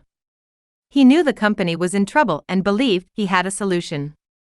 He would change the tradition of IBM that every single part of a computer must be built by the company itself. Bill Lowe went to his boss, Frank Cary. "What are we going to do, Bill?" Frank Cary asked. "Apple is hurting us. They're making us look stupid." "Well, I think we can build our own personal computer." "No," said Frank Cary. "At IBM it would take 4 years and 300 people to do anything. That's just a fact of life." "No, sir," said Bill Lowe, "I can build an IBM personal computer in a year." "Tell me what you need," said Frank Cary. "I really need permission to go outside IBM. If I can hire outside firms to do the engineering work, I can get the job done in a year." "But we've never done that. It's not the IBM way." "I think it's the only way now, sir." "Okay. I hope you're right. Hire whoever you want." IBM would soon produce the most successful computer in history. But at the same time, the company would lose control of the computer industry. The company that was Bill Lowe's first choice to write the software for the new PC missed the meeting. His second choice was the team that had written the first useful program for the Altair of Microsoft, the company started by Bill Gates and Paul Allen. Microsoft was now in Seattle, Bill and Paul's home. Bill Gates dropped all his other projects to meet the men from IBM. He even put on a suit. IBM was hoping for an operating system. The operating system is the most important software on any computer. It controls how everything else works. It usually takes an enormous amount of work to write an operating system. Microsoft did not have an operating system. But, as before with the Altair, Bill Gates believed he could quickly create the program that was needed. IBM agreed, and Bill went away and bought an operating system program from another Seattle software company. This program became DOS, the operating system of many millions of PCs. It was also the beginning of the flood of cash that would make Bill Gates the richest man in the world. The deal that IBM made with Bill Gates was unusual. IBM would help Microsoft to create the operating system. It would also pay Microsoft for every single copy of the program. But Microsoft would own the program, and it could sell DOS to any company that wanted it. Bill Lowe kept his promise. The IBM PC was created very quickly. But it was more successful than anyone imagined. The computer was first sold in 1981. IBM believed that it might sell 500,000 computers by 1984. In fact, it sold 2 million. People used to say, no one ever lost his job for choosing IBM. Now these business buyers could choose an IBM PC. The IBM label meant that business trusted the machine. IBM did not make toys. So the personal computer was soon accepted as a serious business tool. And as soon as business was buying these machines, their price began to fall and many more people began to buy them for use at home and at school. IBM changed from a company with thousands of customers who bought million-dollar machines to a company with millions of customers who bought $1,000 machines. However, IBM soon lost control of this enormous new market. Anyone could copy the design of the PC and then buy the operating system from Microsoft. New computer companies like Compaq quickly did this. Soon they began to sell many more PCs than IBM. IBM remained a big, powerful company, but it would never again have complete control of its industry. In the 1980s, computers became common. They began to appear in every area of life. And when they were connected together, they created the internet that we know today. Chapter 5. The World Wide Web. The land around Geneva in the Swiss Alps is beautiful mountain countryside. People travel here from all over the world for holidays and winter sports. But among the farms and the lakes and the hotels, there are also some of the largest, most powerful, and most expensive scientific tools on Earth. One of these machines is an enormous ring that spins tiny pieces of matter around in 27-kilometer circles. When they are traveling at nearly the speed of light, the machine forces them to crash together. Scientists study the resulting explosions, hoping to discover more about the building blocks of the universe. This is the home of CERN, Europe's Center for Research into High-Energy Physics. CERN explores what matter is made from and what holds it together. It is not the type of scientific laboratory that produces practical inventions. But there, in 1989, Tim Berners-Lee invented the World Wide Web. Tim is an English engineer with computers in his blood. Both of his parents worked on the first commercial computer made in Britain, the Ferranti Mark I. In 1980, Tim got a job at CERN for 6 months, and during this time he wrote a program called Inquire Within. This name comes from a popular British book that was first published in 1856. The book is full of advice and information on all sorts of different topics, from how to clean blood from a shirt to how to get married. Tim's program aimed to organize his thoughts in the same way that the book organizes its information.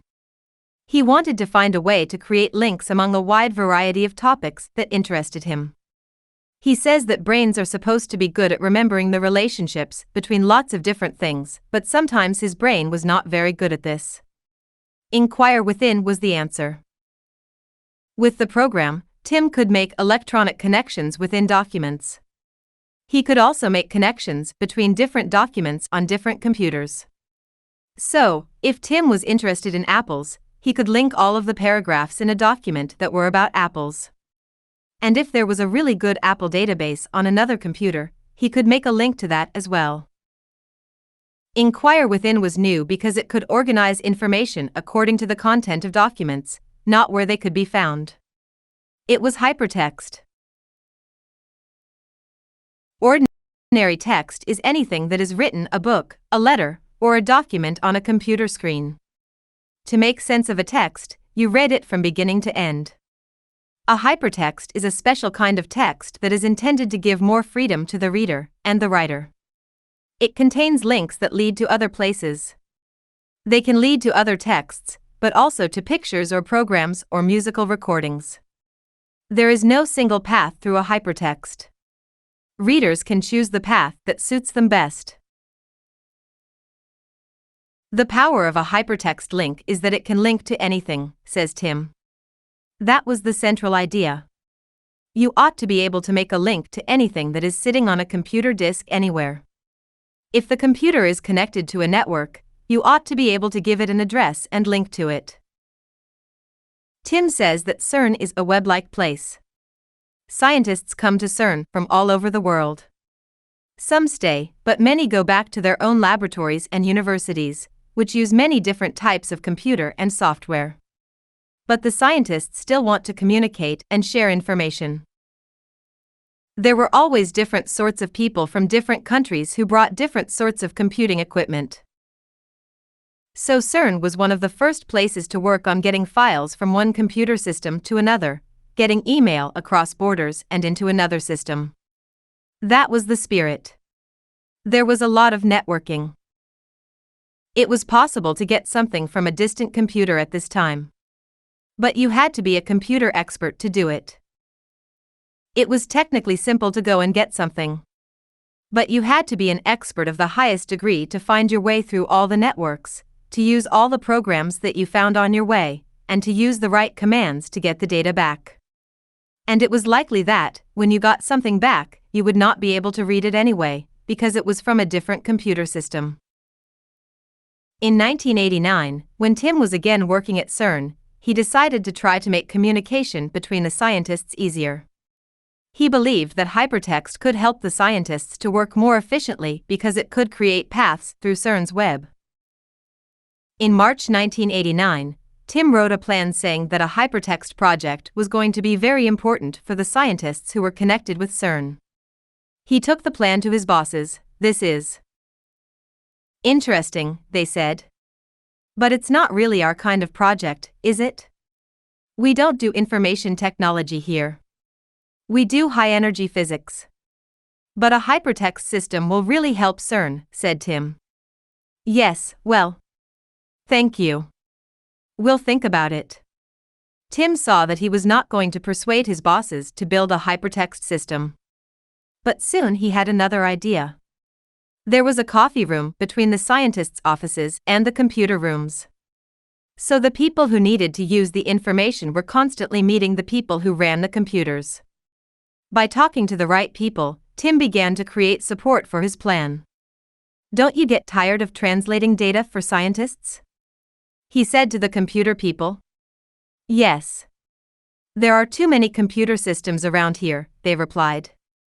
"But if there was a single program that organized all the different types of data? That would be great. But there isn't, is there?" "Not yet," said Tim. He spoke to the scientists as well. "Don't you get tired of all the extra work you have to do on computers? Wouldn't you like to be able to concentrate on physics?" "Yes, but what can we do?" "You need a program that allows you to make easy links between your research and everybody else's work." "That sounds great," said the scientists. "But where can we get a program like that?" "I can write it for you," said Tim. In October 1989, Tim started writing a program that he called World Wide Web. When you were reading something interesting on the computer screen, you could just choose a phrase and link it to another document. Then you just needed to hit a hotkey and the other document appeared on screen. A hotkey is a key on a computer's keyboard that is programmed to do something special when it is pressed. At first, World Wide Web was the name of Tim's program.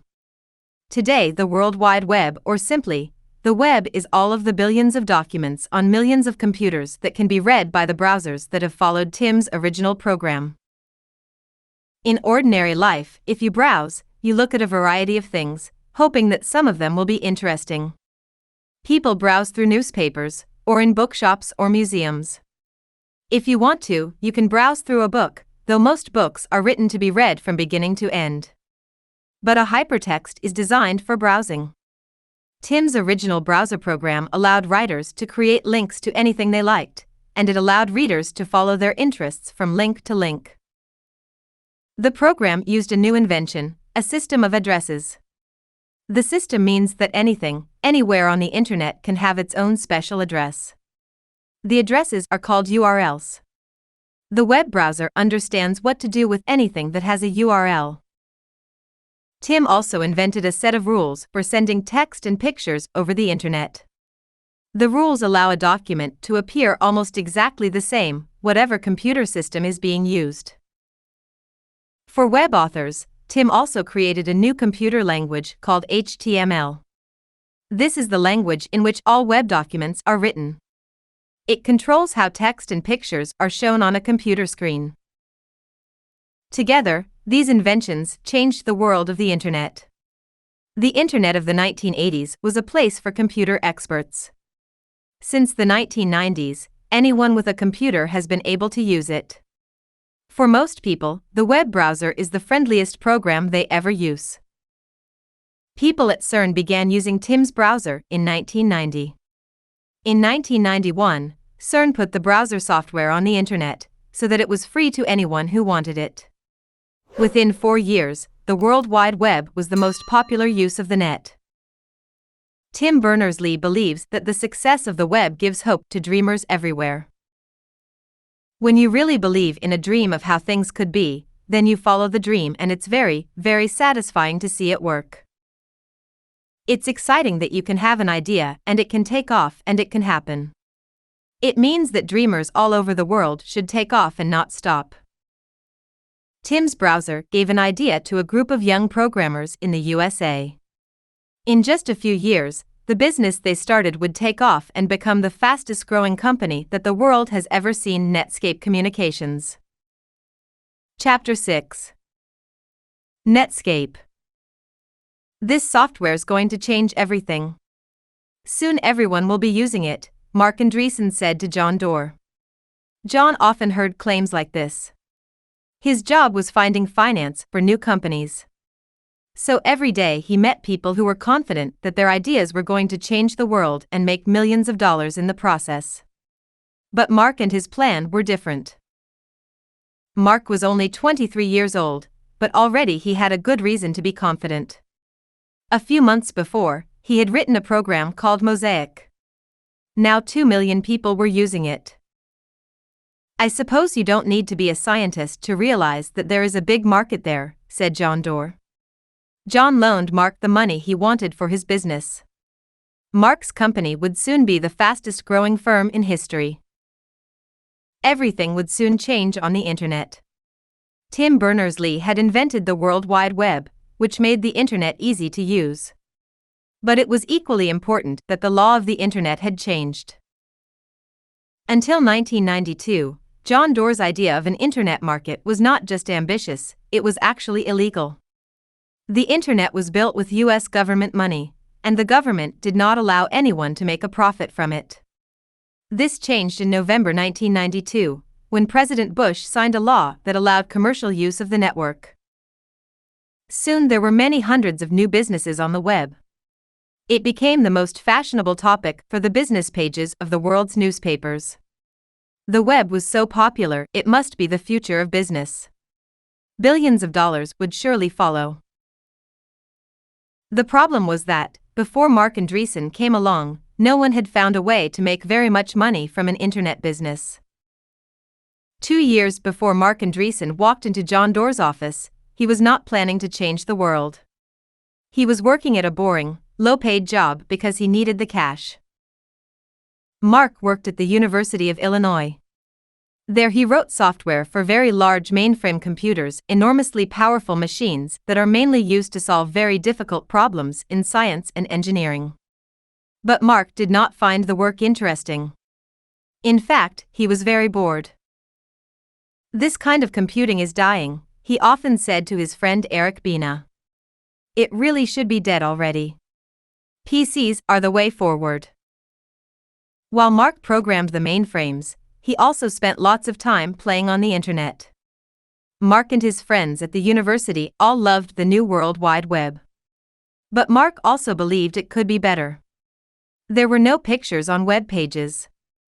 And the browser still needed typed commands. It did not have the kind of interface that personal computers had made popular.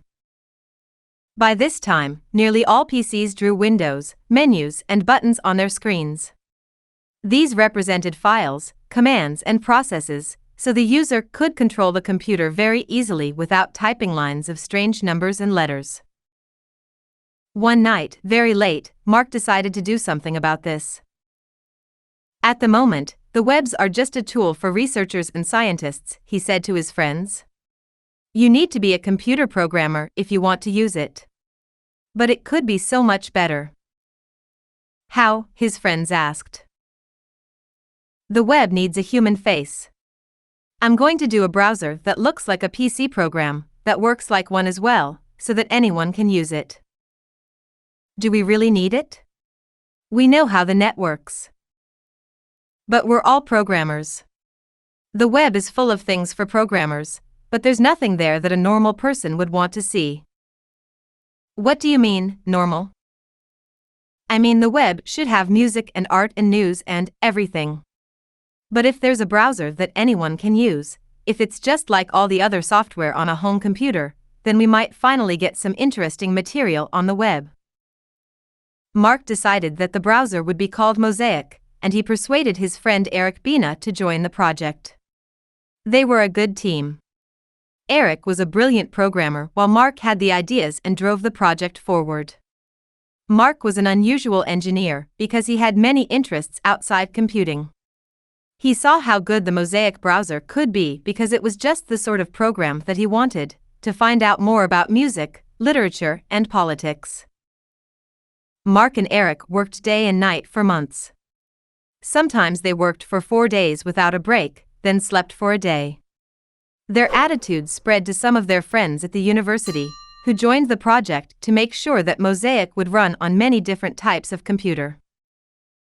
Mosaic's human face for the internet had 2 main features that made the program different from previous browsers. First, users did not have to type commands when they wanted to follow links, as they did in Tim Berners-Lee's browser. Instead, users of Mosaic could just point to words that were shown in a different color or style to the rest of the text. Second, and most important, Mosaic could show pictures. Everyone who saw the result loved it. It was like turning radio into television. Mark and Eric put Mosaic on the university's network at the start of 1993. It spread like a forest fire, and Mark quickly saw that they could make money from something that was so popular. The number of Mosaic users went from the original 12 to 100 to 1,000 to 10,000 to somewhere around 1 million by the end of 1993. So you didn't need a lot of imagination to realize that if this growth continued, it was soon going to be up to 5 or 10 million people. That starts to be an interesting commercial opportunity. Mosaic was creating enormous excitement among internet users. And it was actually causing the World Wide Web itself to grow. People suddenly realized, here's the most convenient way possible to share information, says Mark. In some cases, it was very useful information that they needed to share anyway. In some cases, it was just because they wanted to, and that still continues. Suddenly, almost anyone with a computer could create a home page, a personal document that can be seen by everyone on the World Wide Web. There are home pages about almost everything imaginable, from politics, religion and the state of world to the author's meetings with creatures from other planes. It costs almost nothing to make a home page, and any home page can be seen by an audience of many millions. Some people worried about this new situation, including Tim Berners-Lee. In the summer of 1993, Tim met Mark and complained about Mosaic. Why did you put pictures in it? That was a really bad thing. What's the problem? Said Mayor. Don't you like pictures? Of course I do. But look what's happening. All the home pages and pictures of everyone's pets. It all takes up space. That isn't what the web is for. I like pictures, said Mark. Lots of people like them. What's the problem? Don't be so serious about it. It's just fun. Mark thought that the people at CERN were mainly interested in the web as a research project.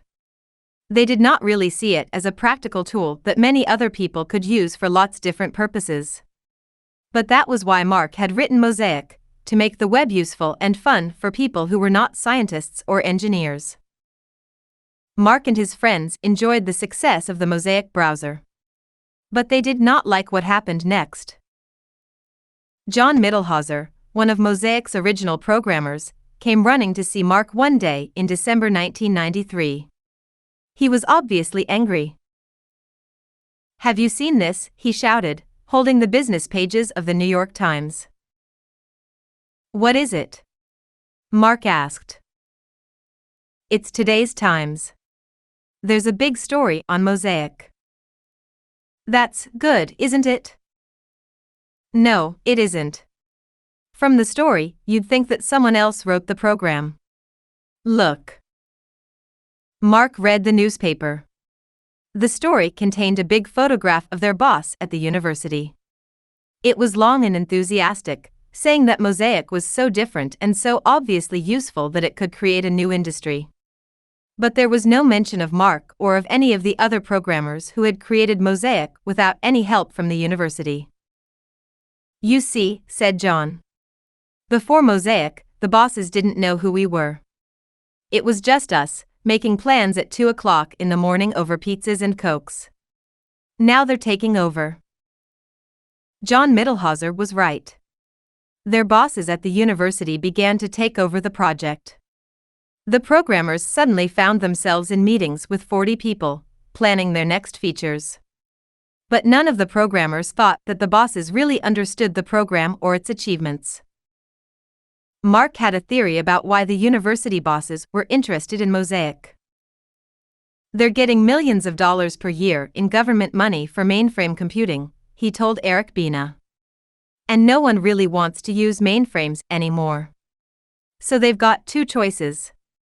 They can give up the government money. Or they can find something else to do. But you know that if you work at a university, you never give up government money. So you look for something else to do. They saw Mosaic and took it over. Mark saw that he would not be in control of Mosaic if he stayed at the university. He left Illinois and went straight to Silicon Valley in California, the home of America's computer industry.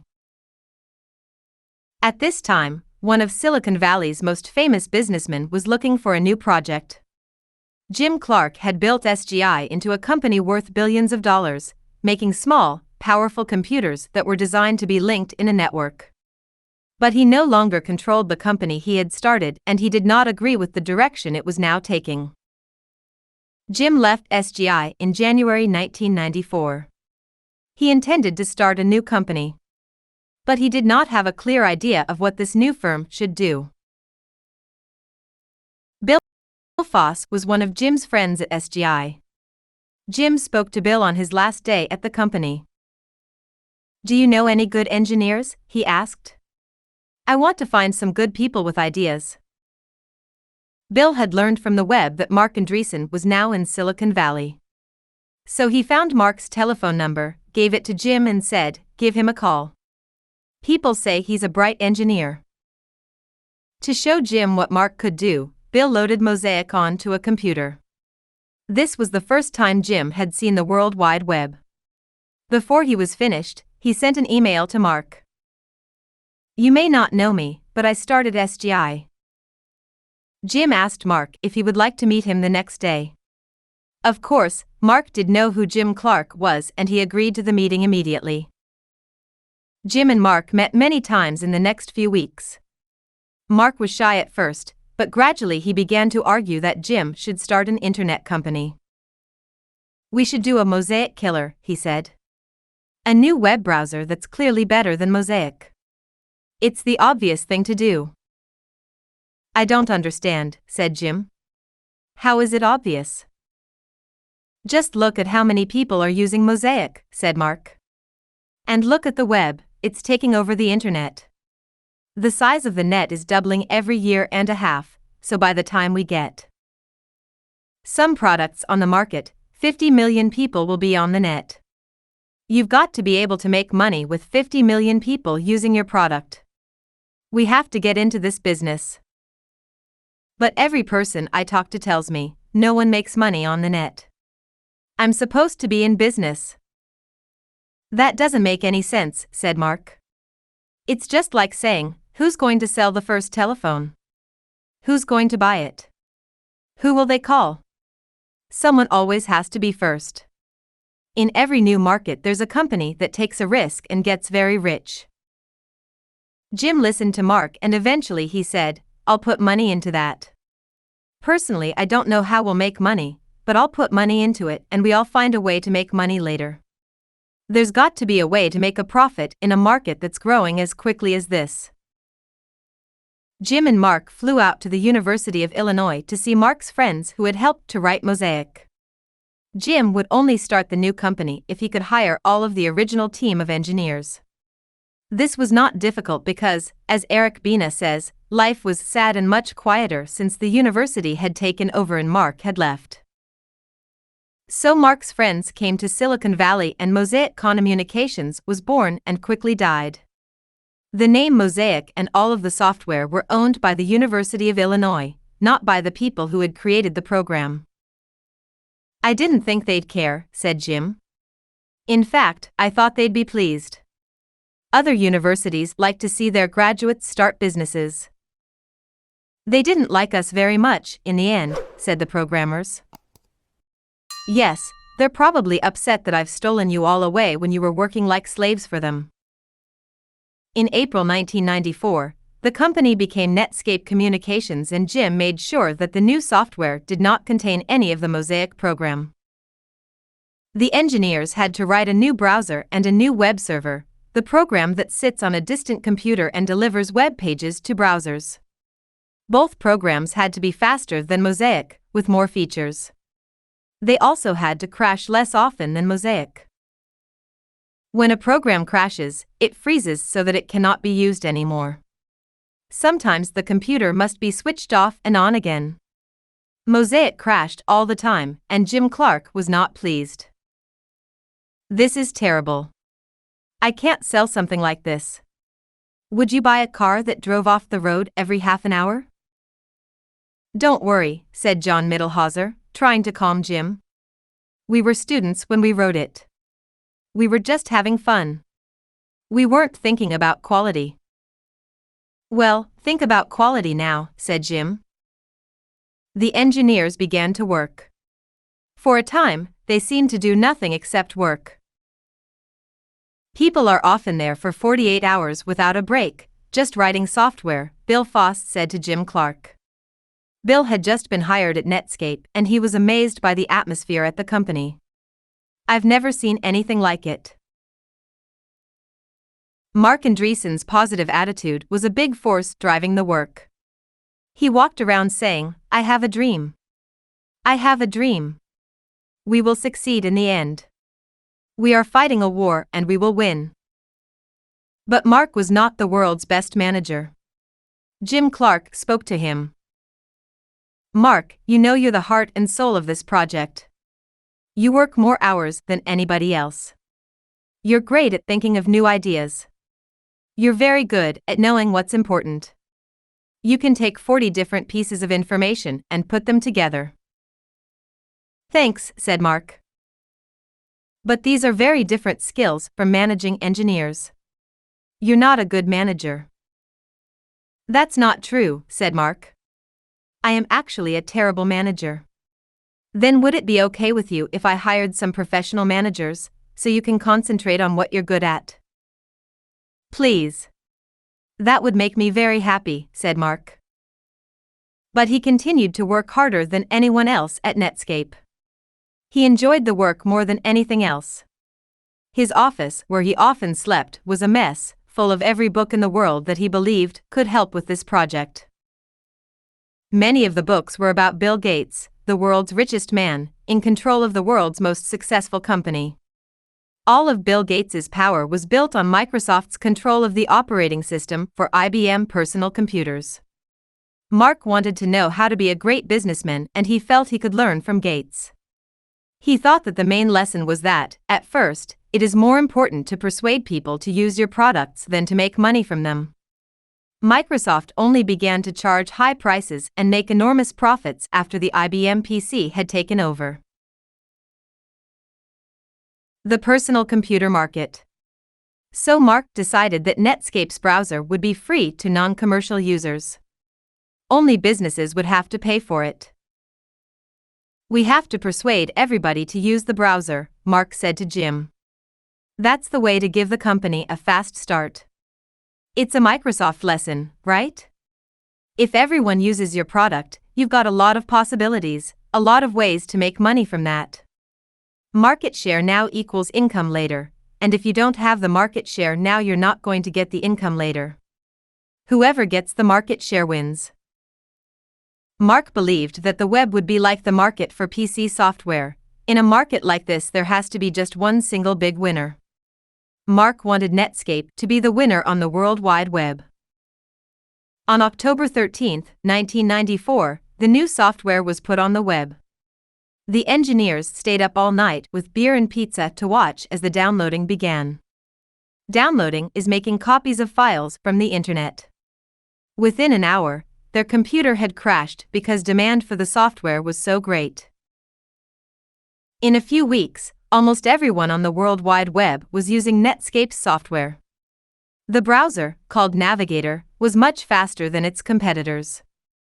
It could also show more interesting pages because it added new features to the HTML language. Soon, many web pages contained notices that said, "This page is best viewed with Netscape Navigator." This was free advertising, and it caused millions more people to download Netscape software. In 1993, the World Wide Web was only the 11th largest cause of traffic on the net. By the summer of 1995, it was number 1, mainly because there were more than 10 million Netscape users. There were still even more individual email messages. But web pages are larger computer files than most email messages, so the web caused more traffic. Some of the first users of Netscape's products were businesses. At this time, most firms did not actually try to sell anything over the web. But a company website, a set of linked pages, did offer immediate advantages. First, it could cut costs. It is much cheaper to put company information on the web than to pay people to answer phones. Second, it could attract new business. Many people prefer to look up prices and other information on the web than to travel to a shop or make a telephone call. Third, the web became very fashionable, very quickly, among businesses as well as individuals. Netscape charged businesses between $1,500 and $5,000 for the software to run a website.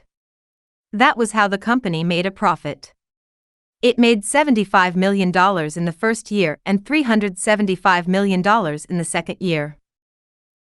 On August 9, 1995, Netscape went public. For the first time, people could buy shares in the company. On the evening before the sale, the shares were priced at $28 each. When the market opened, they sold for more than $70. This made it the most successful sale of all time. America's main financial newspaper said, "It took many of today's most successful companies 50 years to become corporations worth $2.7 billion. It took Netscape about a minute." Chapter 7. Yahoo: A Guide to Everything. The World Wide Web contains millions of pages, and it is growing more quickly every day. It is likely that hundreds of new pages will be added while you are reading this chapter. No one can say exactly how big the web is at any moment, but it is probably bigger today than any library on Earth. Almost anything you could want to know is on the web somewhere. But that's the problem. Information is no use unless you can find it. And as the web grows, it becomes more and more difficult to find exactly what you want. One obvious answer is to let a computer do the work. There are lots of search engines that use powerful computers and clever software to hunt on the web. You give them a topic and they give you a list of the sites that seem to talk about it. But very often the list is still too long to be useful. If you want to know more about the actress Pamela Anderson, the AltaVista search engine will quickly find more than 150,000 pages for you. More importantly, the software does not understand what it is looking for. To a computer, the word football does not mean anything. It is just a string of letters. A computer does not know that American football is completely different from the game played in the rest of the world. Yahoo is one of the most popular sites on the web with millions of visitors every day because it uses a different way of searching the internet. Instead of computers, Yahoo employs people to surf the web. Yahoo's professional surfers spend all day looking at websites. If they think a site is good, interesting, or important, they add it to Yahoo's guide to the web. The principle behind the system is that any site can be fitted into one of 14 categories. When you go to Yahoo, you see these 14 categories first. Some of the categories are arts, business, computers and internet, education, entertainment, government, news, sports, science, and society and culture. It is always fun to try to think of a topic or a web page that could not be put into one of Yahoo's categories. But it is hard to succeed at this game. The categories have been tested over many years. And anyway, the 14 categories are only the surface of Yahoo. Each of them contains many other, smaller categories which each contain even smaller categories. Some of the topics in the smallest categories are so odd that you cannot believe anyone in the world knows anything about them. Just the page's author, perhaps? Yahoo is clever because it is so well organized. Many other sites have copied the idea of breaking the web into categories, but none of them is as well organized as Yahoo. In a world of new technology, Yahoo's strength is human intelligence.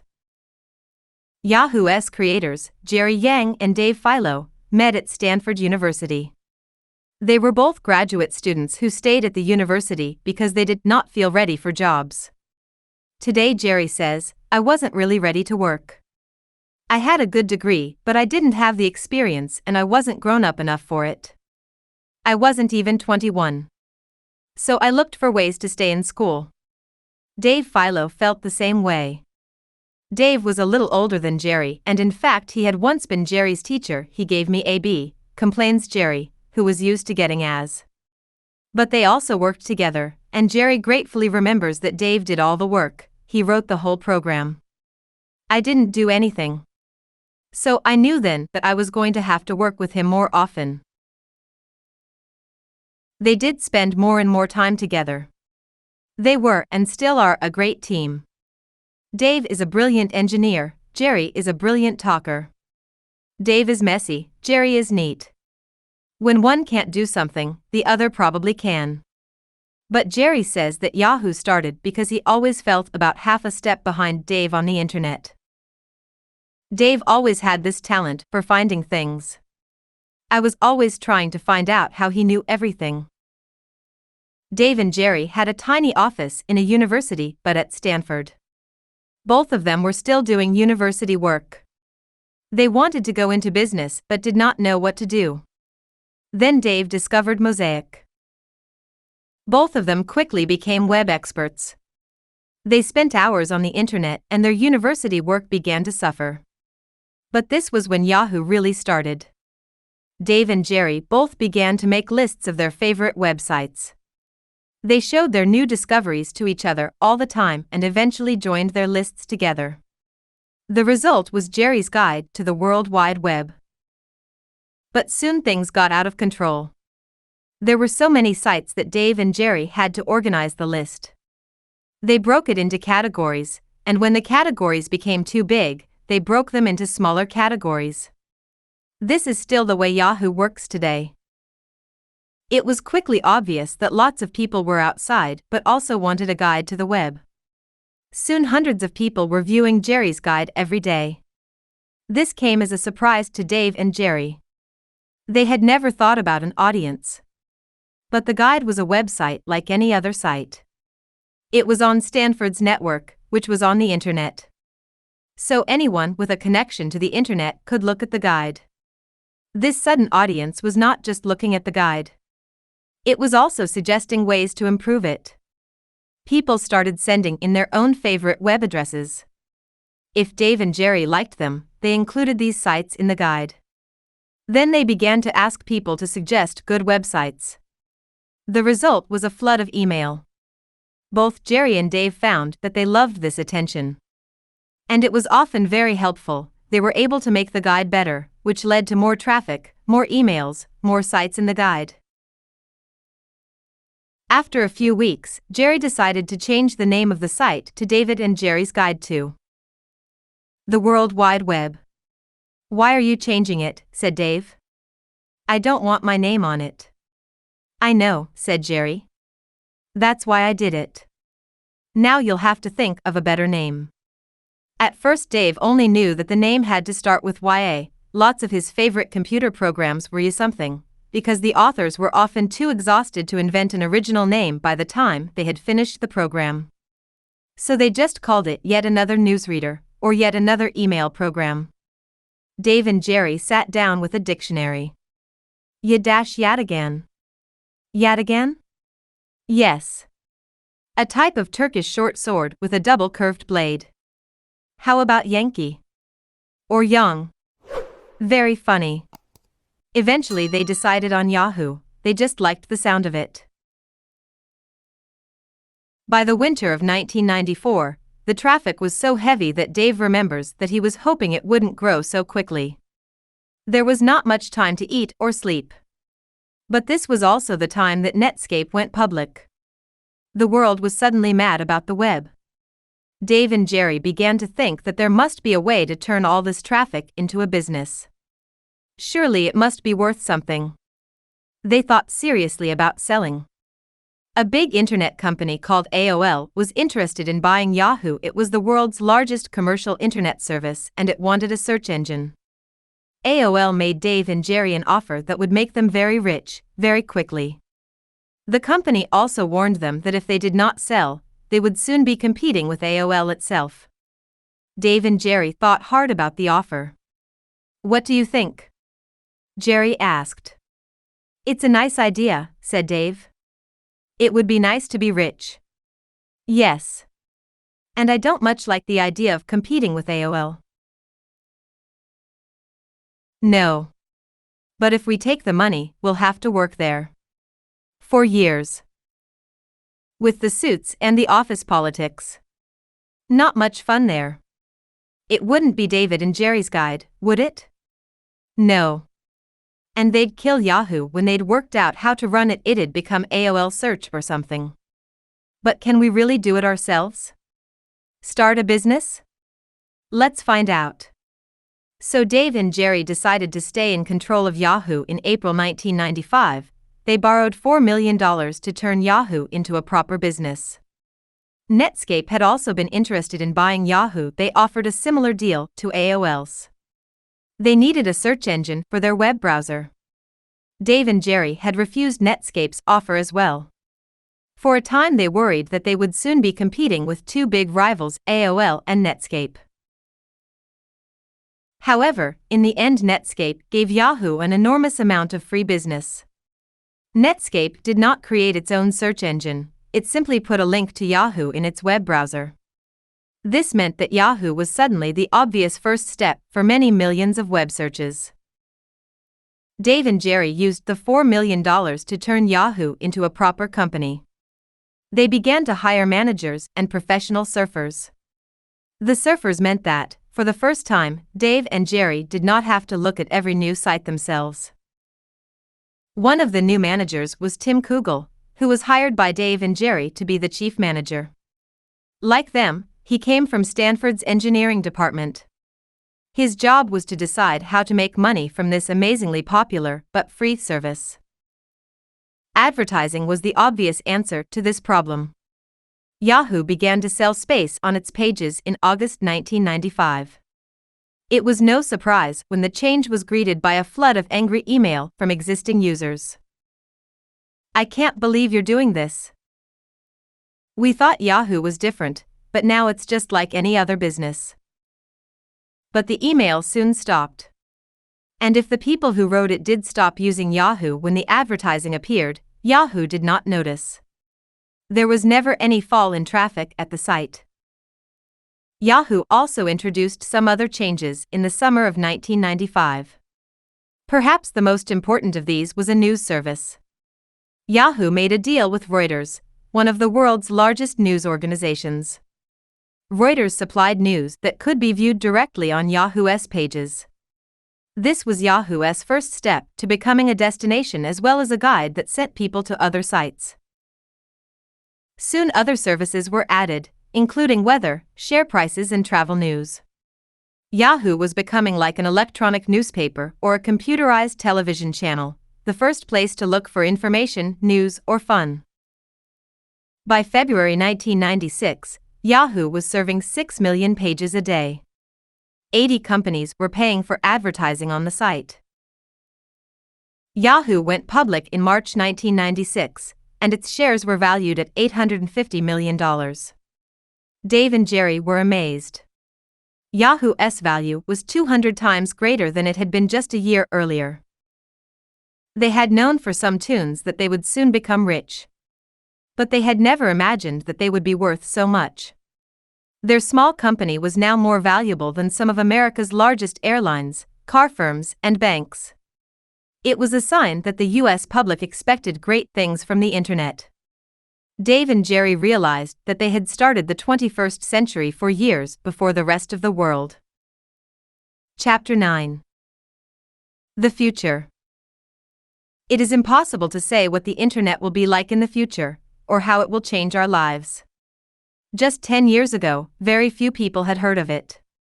Now it is nearly as common and useful as the telephone. As more and more people use the Internet, as it becomes cheaper and faster and easier to use, there will be new things on the Internet that we cannot imagine today.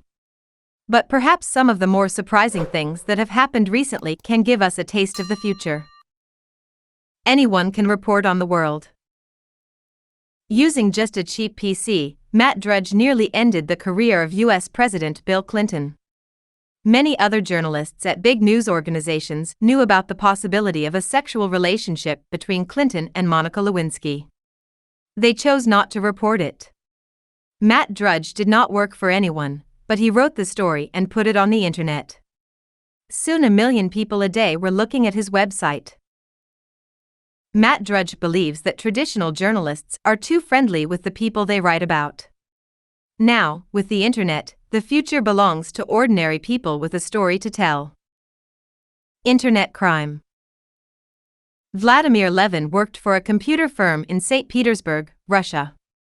From there, using the Internet, he was able to break into Citibank's computers in the USA. He moved more than $10 million to other banks all over the world. Most of the world's money is now stored in computers. Clever criminals are likely to use computers and the Internet, not guns, to steal it. Free software. Today, most operating systems are the work of hundreds of programmers and they can cost thousands of dollars. In 1991, Linus Torvalds wrote an operating system alone and he gave it away. Now, with the help of many other programmers who work together on the Internet, his Linux system has grown into a serious rival to the products of the industry leader, Microsoft. It costs almost nothing to deliver software over the Internet. If programmers are willing to give their work away, and if the programs are as good as their commercial rivals, the days of paying for software could soon be over. Computer wars. India and Pakistan have twice fought wars over Kashmir. In 1999, the battle took a new form when the Indian Army's website was taken over.